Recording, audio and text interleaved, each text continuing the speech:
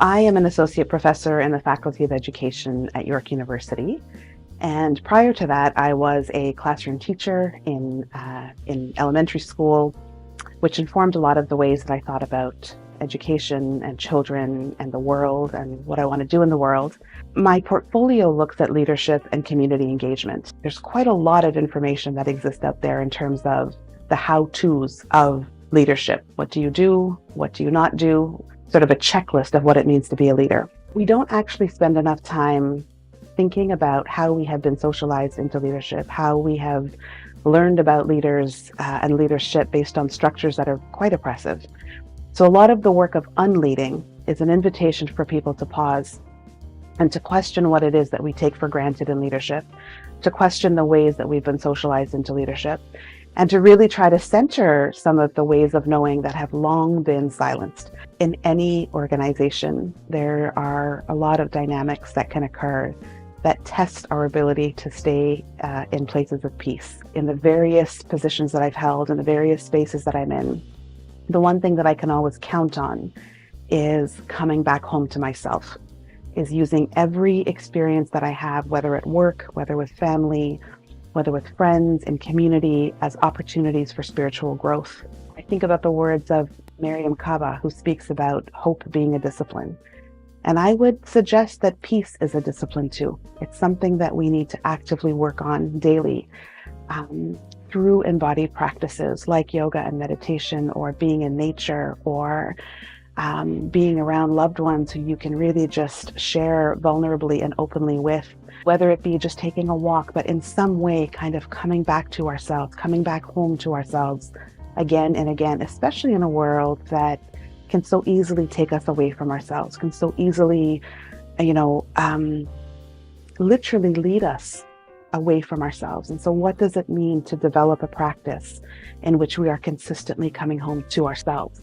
That looks like meditation, that looks like somatic work, whether it's breath work or other forms of inner work, but it's a very active process of being in my body and noticing what's coming up and being very almost radically honest about what it is that I'm experiencing in any moment. In my adult life, I've probably had about 3 pretty significant bouts of depression. Each of those significant experiences almost serve to poke a little hole or create a little bit of a crack in how I was understanding myself, how I was understanding the world, how I was understanding my place in the world. And I've realized that so much of the ways in which I was understanding myself were based on false notions of what it meant to be a human, these very sort of superficial, externalized ways of understanding what it meant to be human. And I couldn't actually get there, and it's a process. I think it's a lifelong process, but I can't even imagine getting there if I'm still so consumed by external markers of what it means to be successful, of what it means to be happy. These significant bouts of depression really have been huge teachers for me in my life, that have invited a really deep inner spiritual journey that I really, it's very sacred. There's a lot of reverence when I think about it. There's a lot of softness and sadness at times, because it came with a lot of with a lot of suffering. And so I think about, the importance of peace being my birthright. I think all of us, underneath the layers of, various messages that we're given, various experiences that we have because of, intersecting systems of oppression, we're told who we should be and who we are and who we're not and what we can't do and if we can dream. And, that all depends on the bodies that we're in and the commitment to wanting to think about peace as a practice comes from experiences that I've had of feeling extremely peaceful in my body and wanting to grow that in my life. The challenges around really staying in peace, growing peace, have been having to come to terms with or having to face the violence that lives in me that gets replicated out in the world. And that's a really hard place to sit, as somebody who speaks about issues of equity and anti-racism and anti-oppression and the violence that's out in the world, to have to be really honest with myself about the violence that lives in me, that often has come from places of trauma and places of disconnection, places of violence and hurt. Having to sit with that reality and not sit with it in a place of shame or blame, but sit with it in a place of compassion and understanding. I can't do this work and be in integrity with this idea of living with peace, practicing peace, if I'm not willing to grow that peace within myself. And that means addressing the parts that have been harmed by something other than peace.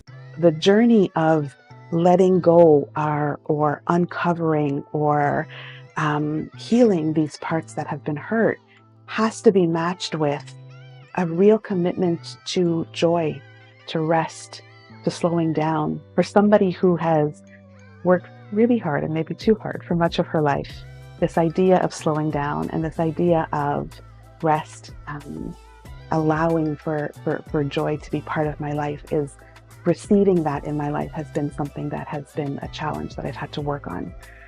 But I know intimately now that my ability to receive that allows me more space and more capacity to go into the pain, to go into the parts of me that need healing, such that the container that's created of both pain and joy, as sort of almost two sides of the same coin, that to me is peace. Being able to hold those two together. All of us have ancestral lineages in which our families, our ancestors, our elders have had to live peace, even amidst tremendous chaos, tremendous violence, tremendous harm.